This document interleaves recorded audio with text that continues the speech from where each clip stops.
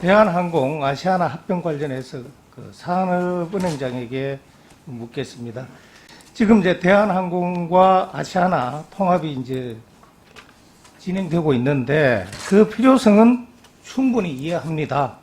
그런데 우려가 되는 것도 적지 않습니다. 특히 소비자 입장에서는 독점 기업의 탄생으로 가격 결정권이 회사로 넘어가면서 그 비행기 요금이 지금보다 오르지 않을까 이렇게 생각을 합니다.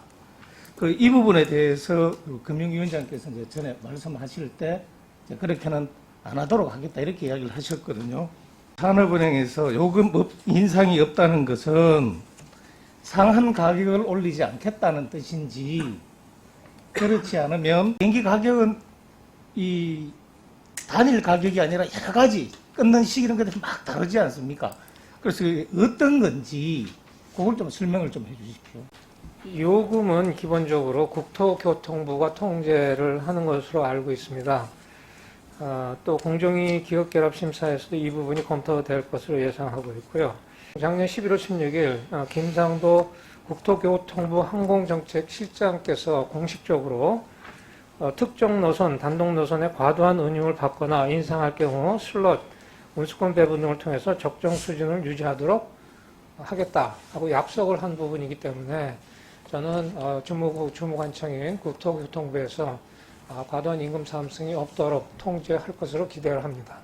자, 그런데 방금도 말씀을 드렸지만은 비행기 가격표는 정가가 아닙니다. 정찰제가 아니라 미리 끊으면 가격이 낮고 또 이 임박해서 안 팔린 표, 비행기표라는 게 좌석이 남는다고 재고가 넘어가는 거 아니잖아요. 그러다 보면은 할인해서 팔기도 하고, 특히 이제 임박해서 하는 거야 시장 상황이라고 이야기를 하지만 그 전에 미리 비행기표를 성수기, 비수기 쫙 나눠서 팔 때 가격을 천차만별로 정합니다. 예. 상한선을 건드리지 않는다고 해서 오르지 않는 것이 아니라 하한선을 올리면 결과적으로 평균적인 가격 부담은 늘어나거든요. 이 부분에 대해서 이야기를 듣고 싶다. 예, 이런 이야기입니다. 항공운임의 가격 체계가 굉장히 복잡하기 때문에요.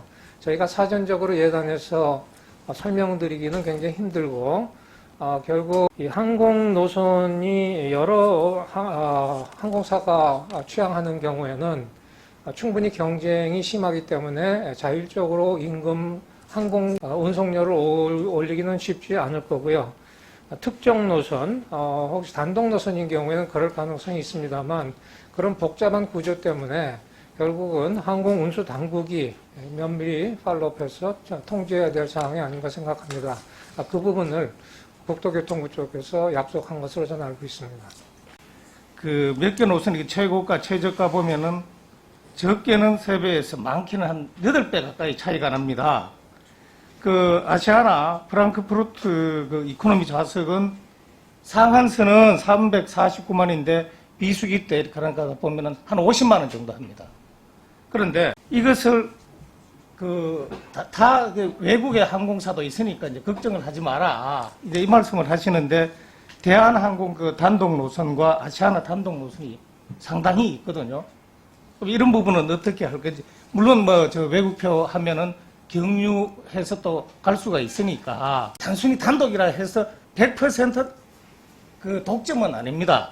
그러나 불편을 감내하기 싫어서 하다 보면 가격은 오르게 되어 있거든요.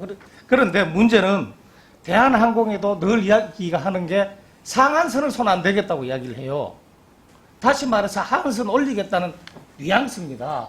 근데 이거를 방금 이제 그렇게 이야기하면은 결국은 정부가 물론 망하게 할 수 없으니까 결합을 해서 이 회사를 살리는 건 좋은데 정부가 독점을 인정해서 소비자에게 부담을 늘리는 결과를 가져오는데 원론적인 말씀하시는 걸로 자꾸 끝을 낼 게 아니라 심각하게 대처해 주시는 게 좋을 것 같습니다. 산업은행이 주도해서 기업 결합하는 것 아닙니까? 예, 항공 소비자들의 피해가 발생하지 않도록 저희가 잘 관리 감독을 하겠고요.